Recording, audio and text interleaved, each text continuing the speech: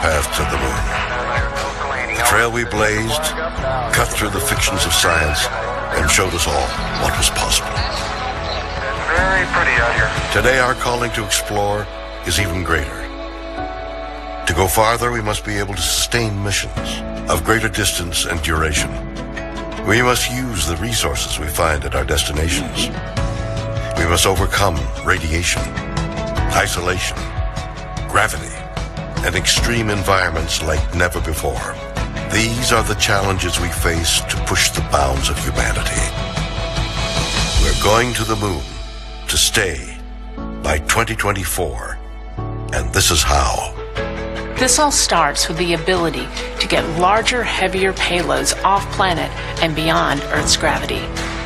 For this, we designed an entirely new rocket. The Space Launch System. SLS will be the most powerful rocket ever developed. And with components in production and more in testing, this system is capable of being the catalyst for deep space missions. We need a capsule that can support humans from launch through deep space and return safely back to Earth. For this, we've built Orion. This is NASA's next-generation human space capsule. Using data from lunar orbiters that continue to reveal the moon's hazards and resources, we're currently developing an entirely new approach to landing and operating on the moon. Using our commercial partners to deliver science instruments and robotics to the surface, we are paving the way for human missions in 2024. Our charge is to go quickly and to stay, to press our collective efforts forward with a fervor that will see us return to the moon in a manner that is wholly different than 50 years ago.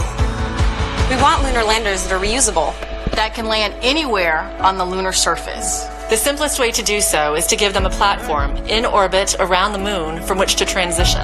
An orbiting platform to host deep space experiments and be a waypoint for human capsules. We call this lunar outpost Gateway. The beauty of the Gateway is that it can be moved between orbits. It will balance between the Earth and Moon's gravity, in a position that is ideal for launching even deeper space missions. In 2009, we learned that the moon contains millions of tons of water ice. This ice can be extracted and purified for water. It can be separated in oxygen for breathing or hydrogen for rocket fuel. The moon is quite uniquely suited to prepare us and propel us to Mars and beyond. This is what we're building. This is what we're training for. This we can replicate throughout the solar system. This is the next chapter of human space exploration. Humans are the most fragile element of this entire endeavor, and yet we go for humanity. We go to the moon and onto Mars to seek knowledge and understanding and to share it with all. We go knowing our efforts will create opportunities that cannot be foreseen. We go because we are destined to explore and see it with our own eyes. We turn towards the moon now, not as a conclusion, but as preparation, as a checkpoint toward all that lies beyond. Our greatest adventures remain ahead of us. We are going.